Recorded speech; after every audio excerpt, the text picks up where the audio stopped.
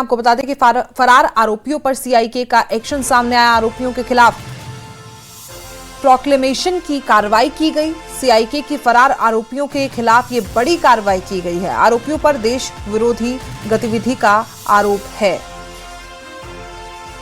फरार आरोपियों पर आपको बता दें कि सीआईके का एक्शन, आरोपियों के खिलाफ प्रोक्लेमेशन की कार्रवाई की गई है। सीआईके की फरार आरोपियों के खिलाफ ये बड़ी कार्रवाई सामने आई।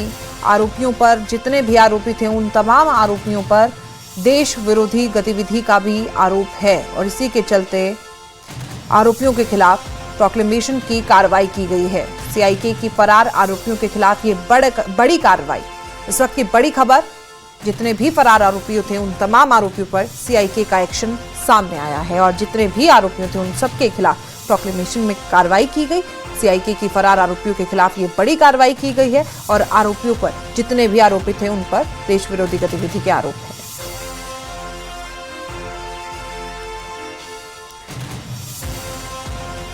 ईशान वानी इस खबर पर हमारे सहयोगी हमारे साथ लगातार बने हुए हैं। ईशान, जितने भी फरार आरोपी थे, ये बहुत बड़ा एक्शन सीआईके का, और ये प्रोक्लेमेशन के खिलाफ जो कार्रवाई की गई है, इसके बारे में जानकारी दीजिए आगे।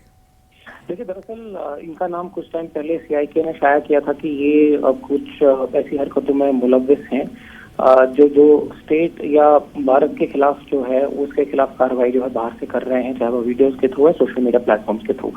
तो इसी पस मंजर में आज काउंटर जज कश्मीर ने एक प्रोक्लेमेशन नोटिस जो है वो एग्जीक्यूट करी है इन एब्सकॉन्डर्स के खिलाफ, क्योंकि इनको जो है कहा जा रहा है कि इनके खिलाफ एंटी नेशनल और अनलॉफुल एक्टिविटी के केसेस हैं और ये कोर्ट की हिदायत के बाद जो है एनआईए एक्ट है उसके तहत जो श्रीनगर में है, एरिया में फॉल करता है, जुरिडिक्शन जो श्रीनगर डिस्ट्रिक्ट की है और डिस्ट्रिक्ट कुपवारा में है, इसके खिलाफ एफआईआर भी दर्ज है इनके खिलाफ। तो इसके बाद जो है उन्हें प्रोक्लेमेशन नोटिस जो है पेश की गई। हालांकि तीनों आरोपी जो है ये भारत के बाहर रहते हैं, ये इंडिया में नहीं रहते हैं। टोनी अशाई जो है बाहर भी रहते हैं, मुबीन शाह जो है वो भी एक बिजनेसमैन थे जम्मू कश्मीर में, वो भी बाहर चले गए हैं, और रिफत वानी भी जो है वो जर्मनी में रहती हैं। तो उसके जो उनका केस है उसको देखते हुए जो सरकार है उनने ये फैसले किए थे कि इनके खिलाफ जो है कानूनी कार्रवाई की जाएगी और प्रक्रिया चलाई जाएगी, और इनके खिलाफ क्योंकि केस जो है कम्युनल हार्मनी से रिलेटेड है और नेशनल इंटीग्रिटी से रिलेटेड इन्वेस्टिगेटिंग एजेंसी ये करना चाह रही है कि वो इनके खिलाफ जो है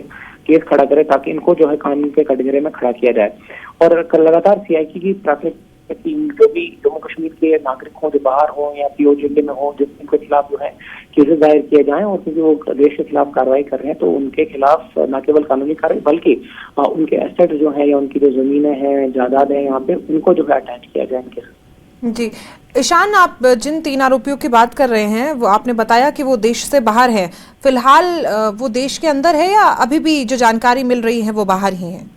देखिए, तीनों जो देश के बाहर रहते हैं। हालांकि मुबीन शाह जो है वो पहले जम्मू कश्मीर के नामी गिरामी जो बिजनेसमैन थे और वो जो है 2019 में सरकार ने उनको गिरफ्तार भी किया था, बट फिर उनको रिलीज जब किया था तो वो जम्मू कश्मीर से बाहर चले गए और बाहर कोई किसी और मुल्क में जाके अपनी जो है रिहाइश कर ली। और टोनी जो है बहुत पहले ही यूएस सिटीजन है और अमेरिका में रहते हैं, तो अमेरिका में जो है और काफी और ममालिक में जो है वो रहते हैं, बहुत कंट्रीज में।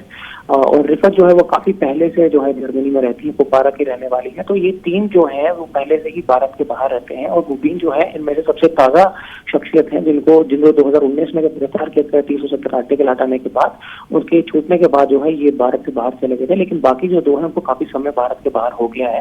अब आगे इसमें क्या कार्रवाई होती है, क्या कानून उनको वापस ला पाता है, क्योंकि टोनी अशाई जो है अमेरिका के सिटीजन है और बाकी भी जो है काफी कहीं ना कहीं कठिनाइयां होगी, लेकिन कानून कैसी कार्रवाई करता है वो देखने के लिए। जी, बहुत शुक्रिया आपकी जानकारी के लिए ईशान। फरार आरोपियों को आपको बता दें कि बड़ा एक्शन हुआ और ये भी जानकारी हमें मिली कि जो आरोपी थे वो फिलहाल देश से बाहर हैं और क्या कार्रवाई, किस तरीके से उन्हें देश वापसी उनकी होगी और उसके बाद क्या कार्रवाई की जाएगी वो भी देखना होगा। लेकिन प्रोक्लेमेशन की कार्रवाई की गई और बताया जा रहा है कि जितने भी आरोपी थे उन तमाम आरोपियों पर देश विरोधी गतिविधि होने के भी आरोप थे। इसी के चलते ये एक्शन लिया गया।